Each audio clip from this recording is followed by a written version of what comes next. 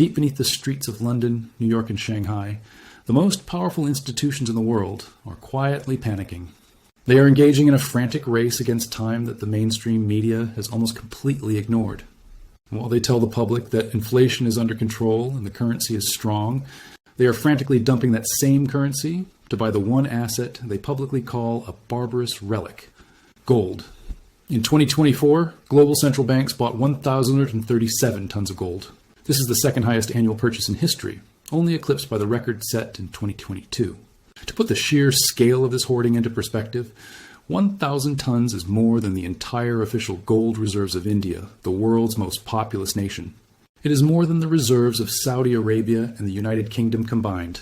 For 2 consecutive years, the entities that print the paper money have been trading it for metal at a pace we have not seen since 1967.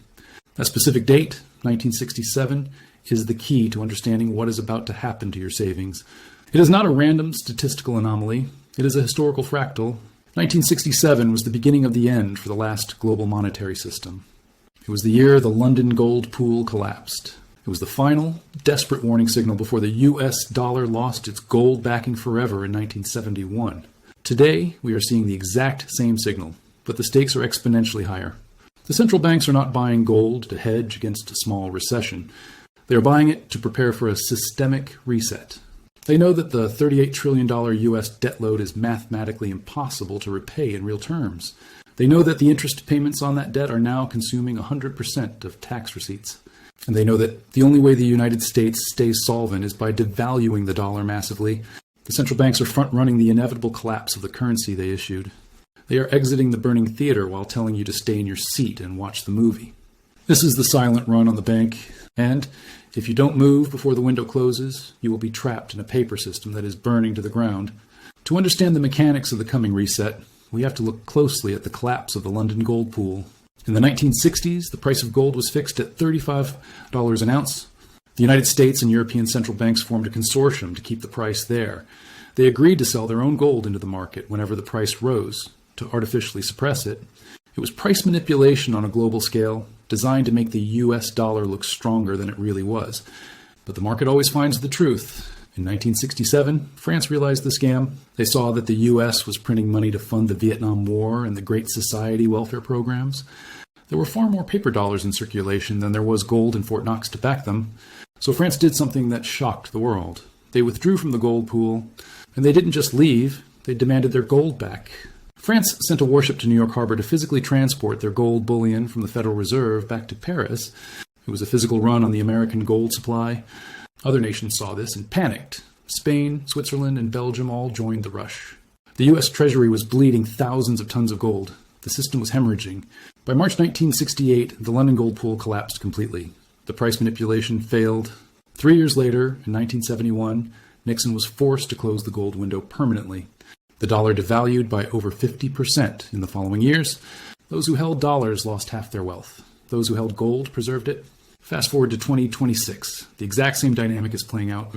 But this time, it isn't France sending a battleship. It is China, Poland, Singapore, Turkey, and India. And they aren't using ships. They're using digital settlement networks. They are quietly repatriating their gold from vaults in London and New York. They no longer trust the US or the UK to hold their sovereign wealth. The trust that holds the fiat system together has fractured. Just like in 1967, the smart money is taking physical possession before the window slams shut. But why is the buying accelerating so fast right now? Why did central banks buy more gold in the last 2 years than in the previous 10 years combined? Because the infrastructure for a post-dollar world is finally ready. It has a name, Project mBridge. Most Americans have never heard of it, but it is the single biggest threat to the US dollar's dominance.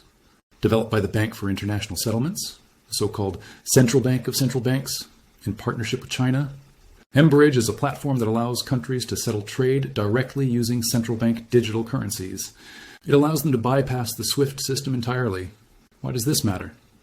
Currently, if Saudi Arabia sells oil to Thailand, the transaction usually happens in US dollars, clearing through New York banks. This gives the US surveillance over every transaction and the power to sanction anyone they dislike. With mBridge, China pays Saudi Arabia in digital yuan, and the transaction settles instantly on the blockchain. The US cuts out, the surveillance goes dark, the sanctions lose their teeth.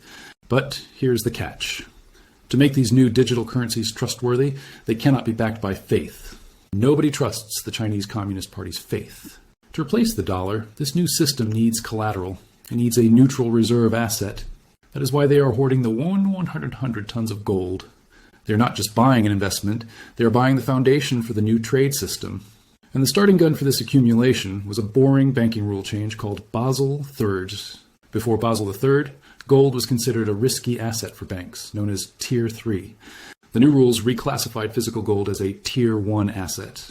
This gave gold the exact same risk-free status as cash and US Treasury Bonds on a bank's balance sheet. It was a green light from the global regulators to dump bonds and load up on metal. Since that rule changed, central bank buying has gone vertical. They aren't guessing. They are executing a plan. So what happens when the reset finally hits? What is the real value of gold in a world where the dollar has failed? The current price of $2,600 is a joke. It is a paper price, suppressed by the derivatives market. To find the true price, we look to the shadow gold price. We use the math provided by financial intelligence expert Jim Rickards. The formula is simple. Gold price equals money supply divided by gold reserves.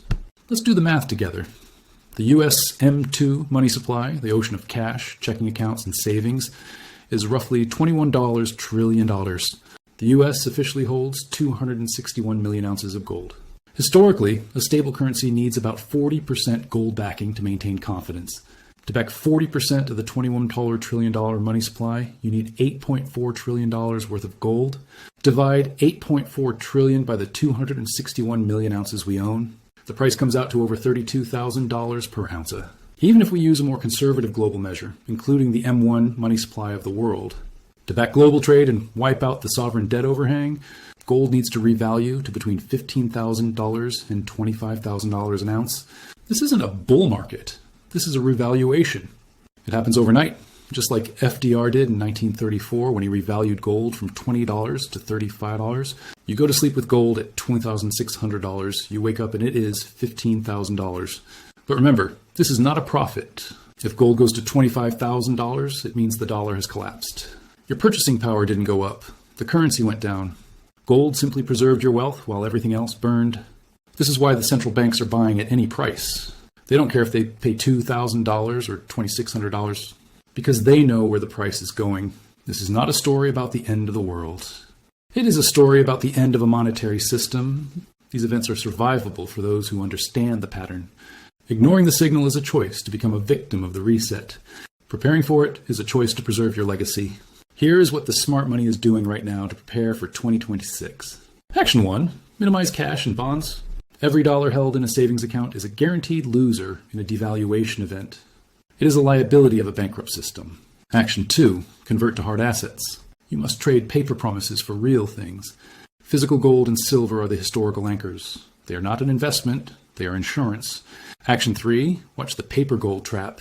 Buying a gold ETF is not the same as owning gold.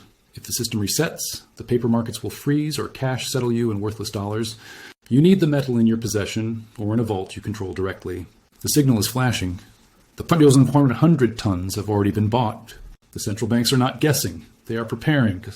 They are abandoning the dollar and returning to the only money that has survived for 5,000 years. The question is, will you follow them? Or will you be left holding the paper? The window is closing. Make your move.